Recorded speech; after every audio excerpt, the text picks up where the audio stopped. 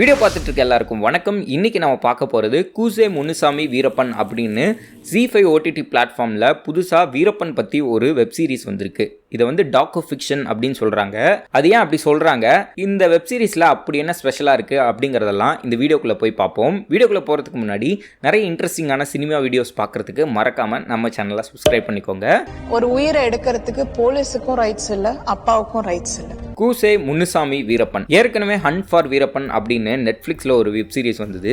அதையும் நம்ம ரிவ்யூ பண்ணி வீடியோவை போட்டிருப்போம். அதுக்கும் இதுக்கும் என்ன வித்தியாசம் அப்படின்னு பார்க்கலாம். ஹண்ட் ஃபார் வீரப்பன் எப்படின்னா, வீரப்பன் அவர்களோட தேடுதல் வேட்டையில் போலீஸ்காரங்க பார்வையிலிருந்து அந்த வெப் சீரிஸ் ஃபுல்லாகவே போகும். குறிப்பாக நிறைய முக்கியமான விஷயங்களை வந்து கடந்து போயிருப்பாங்க. வீரப்பன் தேடுதல் வேட்டையில் STF அப்படிங்கிற போலீஸ் ஃபோர்ஸ் வந்து அங்கே இருக்கக்கூடிய பொதுஜனம் அப்பாவி மக்கள் மேலே எப்படி அதிகாரத்தை பயன்படுத்தினாங்க அப்படிங்கிறத வந்து போகிற போக்கில் அப்படி நடந்திருக்கலாம், நடக்காமல் இருக்கலாம் அப்படிங்கிற மாதிரி கடந்து போயிருப்பாங்க. ஆனால் இந்த வெப் சீரிஸில் அப்படி இல்லை. டேரக்டாக ஃபுட்டேஜஸ், அதாவது பாதிக்கப்பட்ட மக்கள் இருப்பாங்க இல்லையா, அவங்க கிட்ட இன்டர்வியூ எடுத்த அந்த டைமில் எடுத்த ஃபுட்டேஜஸ் எல்லாத்தையுமே இப்போ ரிலீஸ் பண்ணியிருக்காங்க. அதை இன்னும் டீட்டெயிலாக பேசுவோம். அதுக்கு முன்னாடி டெக்னிக்கலாக இந்த வெப் சீரிஸ் எப்படி இருக்குது அப்படின்னு பார்த்தீங்கன்னா, இதுக்கு முன்னாடி வீரப்பன் சார்ந்து நிறைய கதைகளை நம்ம கேட்டிருப்போம், இன்டர்வியூஸ் கேட்டிருப்போம். அவங்க கூட இருந்தவங்க நிறைய கதைகள் சொல்லியிருப்பாங்க.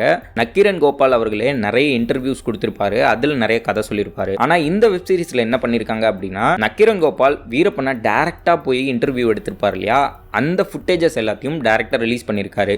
அதில் வீரப்பன் தன்னோட தொடக்க காலத்திலிருந்து கடைசி வரைக்கும் என்னென்ன மாதிரியான குற்றங்கள் பண்ண அப்படின்னு அவர் வாயாலேயே ஒத்துக்கிறாரு. அதில் முக்கியமான விஷயம் என்ன அப்படின்னா, அவர் ஒவ்வொரு சம்பவங்களை சொல்ல அதை எல்லாத்தையும் ஃபிக்ஷனலாக ஒரு சினிமாவோட தரத்துக்கு வந்து ஷூட் பண்ணியிருக்காங்க. குறிப்பாக ஏரியல் ஷாட்டில் அங்கே இருக்கக்கூடிய மலைகளை காட்டும்போது நமக்கே பதபதைக்குது.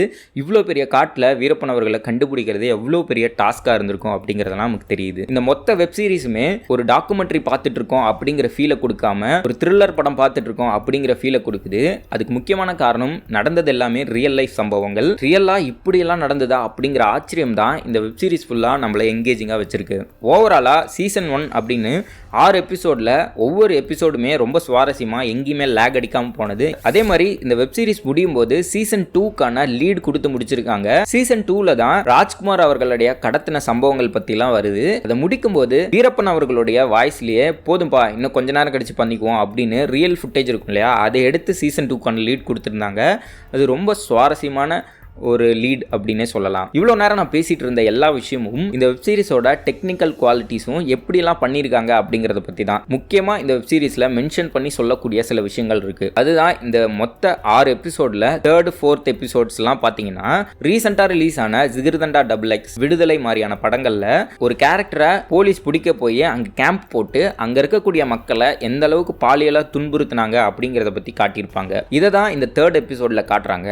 ஆனால் ரியலாக அந்த பாதிக்கப்பட்டாங்க இல்லையா, அந்த மக்கள், அந்த பெண்மணிகள் எல்லாத்தையும் இன்டர்வியூ எடுத்து எந்த மாதிரி எல்லாம் போலீஸ் ஃபோர்ஸ் வந்து நம்மளை அடக்குமுறைக்கு உள்ளாக்குனாங்க, பாலியல் ரீதியாக எவ்வளோ துன்புறுத்தினாங்க அப்படிங்கிறத டைரக்டாக சொல்லியிருக்காங்க. வீரப்பன் அவர்களை பிடிக்கிறதுக்கு கர்நாடகா, தமிழ்நாடு 2 ஃபோர்ஸும் கம்பைன் பண்ணி STF அப்படிங்கிற ஒரு ஃபோர்ஸை கிரியேட் பண்ணுறாங்க. கிட்டத்தட்ட 6000 போலீஸுக்கு மேலே இந்த காடுகளில் தேடுதல் வேட்டையில் இருந்தாங்க. கேம்ப் போட்டு அங்கே தேடுதல் வேட்டையில் இருந்தாங்க.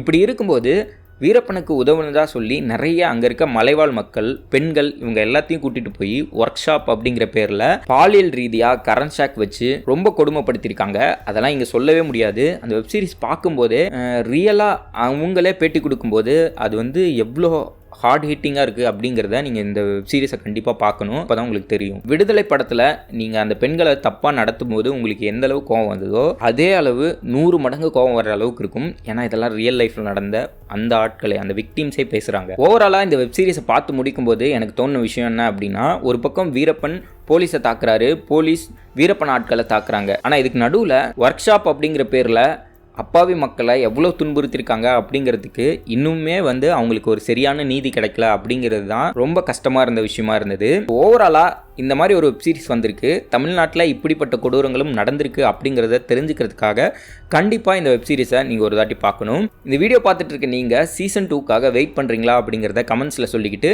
இந்த வீடியோவுக்கு ஒரு லைக் பண்ணிவிட்டு மறக்காமல் நம்ம சேனலை சப்ஸ்கிரைப் பண்ணி வச்சுக்கோங்க. இதே மாதிரி நிறைய இன்ட்ரெஸ்டிங்கான ரிவ்யூஸில் உங்களை வந்து சந்திக்கிறேன்.